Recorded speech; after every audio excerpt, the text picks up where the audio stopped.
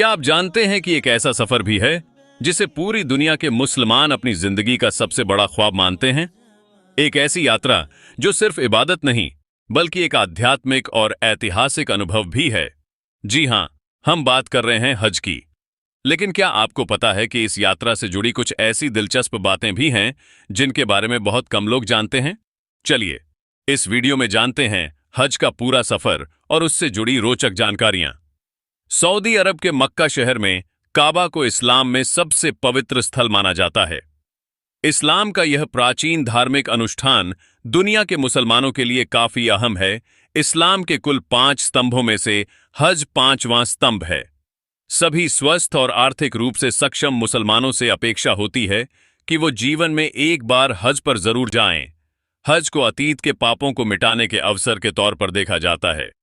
ऐसा माना जाता है कि हज के बाद उसके तमाम पिछले गुनाह माफ कर दिए गए हैं और वो अपनी जिंदगी को फिर से शुरू कर सकता है। ज्यादातर मुसलमानों के मन में जीवन में एक बार हज पर जाने की इच्छा होती है। जो हज का खर्च नहीं उठा पाते हैं, उनकी धार्मिक नेता और संगठन आर्थिक मदद करते हैं। कुछ मुसलमान तो ऐसे भी होते हैं जो अपनी जिंदगी भर की कमाई हज पर जाने के लिए बचा कर रखते हैं। दुनिया के कुछ हिस्सों से ऐसे हाजी भी पहुंचते हैं जो हजारों मील की दूरी महीनों पैदल चलकर तय करते हैं और मक्का पहुंचते हैं। मुसलमानों के लिए इस्लाम के 5 स्तंभ काफी मायने रखते हैं। ये स्तंभ 5 संकल्प की तरह हैं। इस्लाम के मुताबिक जीवन जीने के लिए ये काफी अहम हैं। ये हैं इस्लाम के 5 स्तंभ। तौहीद यानी एक अल्लाह और मोहम्मद उनके भेजे हुए दूत हैं, इसमें हर मुसलमान का विश्वास होना। नमाज, दिन में 5 बार नियम से नमाज अदा करना। रोजा, रमजान के दौरान उपवास रखना। ज़कात, गरीबों और जरूरतमंद लोगों को दान करना। मक्का जाना। हज का इतिहास क्या है? लगभग 4000 साल पहले मक्का का मैदान पूरी तरह से निर्जन था।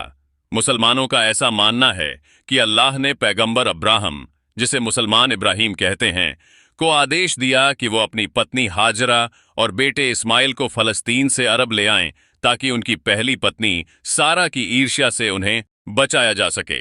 मुसलमानों का यह भी मानना है कि अल्लाह ने पैगंबर अब्राहम से उन्हें अपनी किस्मत पर छोड़ देने के लिए कहा। उन्हें खाने की कुछ चीजें और थोड़ा पानी दिया गया। कुछ दिनों में ही ये सामान खत्म हो गया। हाजरा और इस्माइल भूख और प्यास से बेहाल हो गए। मुसलमानों का मानना है कि मायूस हाजरा मक्का में स्थित सफा और मरवा की पहाड़ियों से मदद की चाहत में नीचे उतरीं। भूख और थकान से टूट चुकी हाजरा गिर गईं और उन्होंने संकट से मुक्ति के लिए अल्लाह से गुहार लगाई। मुसलमानों का विश्वास है कि इस्माइल ने जमीन पर पैर पटका तो धरती के भीतर से पानी का एक सोता फूट पड़ा और दोनों की जान बच गई। हाजरा ने पानी को सुरक्षित किया और खाने के सामान के बदले पानी का व्यापार भी शुरू कर दिया। इसी पानी को आब-ए-जमजम यानी जमजम कुआं का पानी कहा जाता है। मुसलमान इसे सबसे पवित्र पानी मानते हैं और हज के बाद सारे हाजी कोशिश करते हैं कि वो इस पवित्र पानी को लेकर अपने घर लौटें। जब पैगंबर अब्राहम फलस्तीन से लौटे तो उन्होंने देखा कि उनका परिवार एक अच्छा जीवन जी रहा है और वो पूरी तरह से हैरान रह गए। मुसलमान मानते हैं कि इसी दौरान पैगंबर अब्राहम को अल्लाह ने एक तीर्थ स्थान बनाकर समर्पित करने को कहा। अब्राहम और इस्माइल ने पत्थर का एक छोटा सा घनाकार इमारत निर्माण किया। इसी को काबा कहा जाता है। अल्लाह के प्रति अपने भरोसे को मजबूत करने को हर साल यहां मुसलमान आते हैं। सदियों बाद मक्का एक फलता फूलता शहर बन गया और इसकी एकमात्र वजह पानी के मुकम्मल स्रोत का मिलना था। धीरे धीरे लोगों ने यहां अलग अलग ईश्वर की पूजा शुरू कर दी। पैगंबर अब्राहम के जरिए बनाए गए इस पवित्र इमारत में मूर्तियां रखी जाने लगीं।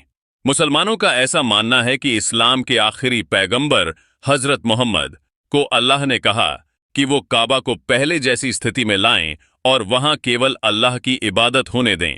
साल 628 में पैगंबर मोहम्मद ने अपने 1400 अनुयायियों के साथ एक यात्रा शुरू की। यह इस्लाम की पहली तीर्थ यात्रा बनी और इसी यात्रा में पैगंबर अब्राहम की धार्मिक परंपरा को फिर से स्थापित किया गया। इसी को हज कहा जाता है।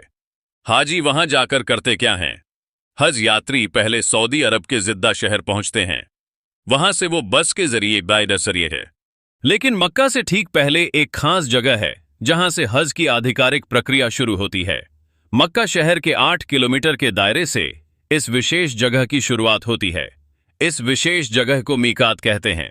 हज पर जाने वाले सभी यात्री यहां से एक खास तरह का कपड़ा पहनते हैं जिसे अहराम कहा जाता है। हालांकि कुछ लोग बहुत पहले से ही अहराम पहन लेते हैं।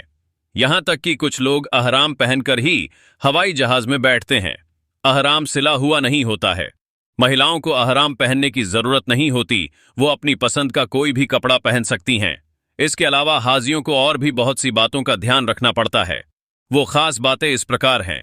इस दौरान पति पत्नी शारीरिक संबंध नहीं बना सकते, अपने बाल और नाखून नहीं काट सकते, परफ्यूम या किसी भी खुशबूदार चीज लगाने से बचें, किसी से लड़ाई झगड़े से परहेज करें, यहां तक कि किसी भी जीव की हत्या से बचें।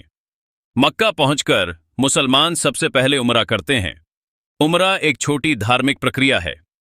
हज एक विशेष महीने में किया जाता है, लेकिन उमरा साल में कभी भी किया जा सकता है। लेकिन जो लोग भी हज पर जाते हैं वो आमतौर पर उमरा भी करते हैं, हालांकि ये अनिवार्य नहीं है।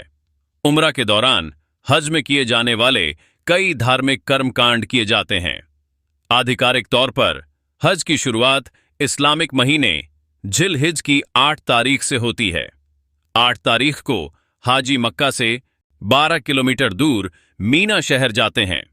8 की रात हाजी मीना में गुजारते हैं और अगली सुबह यानी 9 तारीख को अराफात के मैदान पहुंचते हैं। हज यात्री अराफात के मैदान में खड़े होकर अल्लाह को याद करते हैं और उनसे अपने गुनाहों की माफी मांगते हैं।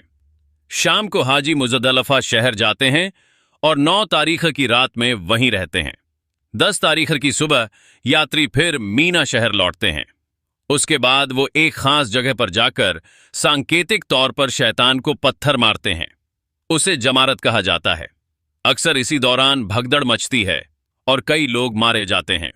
शैतान को पत्थर मारने के बाद हाजी एक बकरे या भेड़ की कुर्बानी देते हैं। उसके बाद मर्द अपना सर मुड़वाते हैं और महिलाएं अपना थोड़ा सा बाल काटती हैं।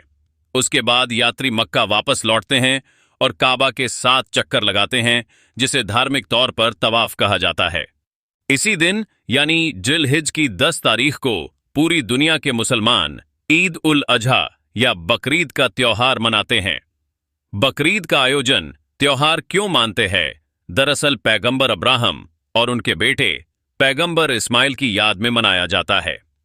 मुसलमानों का विश्वास है कि पैगंबर अब्राहम को एक बार यह सपना आया कि अल्लाह ने उनसे उनके बेटे इस्माइल की कुर्बानी मांगी है। अल्लाह के आदेशानुसार हजरत अब्राहम अपने बेटे को कुर्बान करने के लिए तैयार हो गए, लेकिन जैसे ही वो अपने बेटे की गर्दन पर छुरी चलाने वाले थे, उन्हें बताया गया कि अल्लाह सिर्फ उनकी परीक्षा ले रहा था और बेटे की जगह एक दुम्बे लैम्ब को कुर्बान करने का आदेश दिया गया था। हर साल मुसलमान अब्राहम और इस्माइल की इसी कुर्बानी को याद करते हैं और बकरीद के दिन एक बकरे को कुर्बान करते हैं। तवाफ के बाद हज यात्री फिर मीना लौट जाते हैं और वहां 2 दिन और रहते हैं। महीने की 12 तारीख को आखिरी बार हज यात्री काबा का तवाफ करते हैं और दुआ करते हैं। इस तरह हज की पूरी प्रक्रिया पूरी होती है। हज यात्री मक्का से लगभग 50 किलोमीटर दूर मदीना शहर जाते हैं और वहां मौजूद मस्जिद ए नबवी में नमाज पढ़ते हैं। इसका हज की धार्मिक प्रक्रिया से कोई सीधा संबंध नहीं है, लेकिन चूंकि इस मस्जिद को खुद पैगंबर मोहम्मद ने बनवाया था, इसीलिए हर मुसलमान इसे काबा के बाद दूसरा सबसे महत्वपूर्ण धार्मिक स्थल मानता है। यहीं हजरत मोहम्मद की मजार भी है। हज यात्री उसका भी दर्शन करते हैं।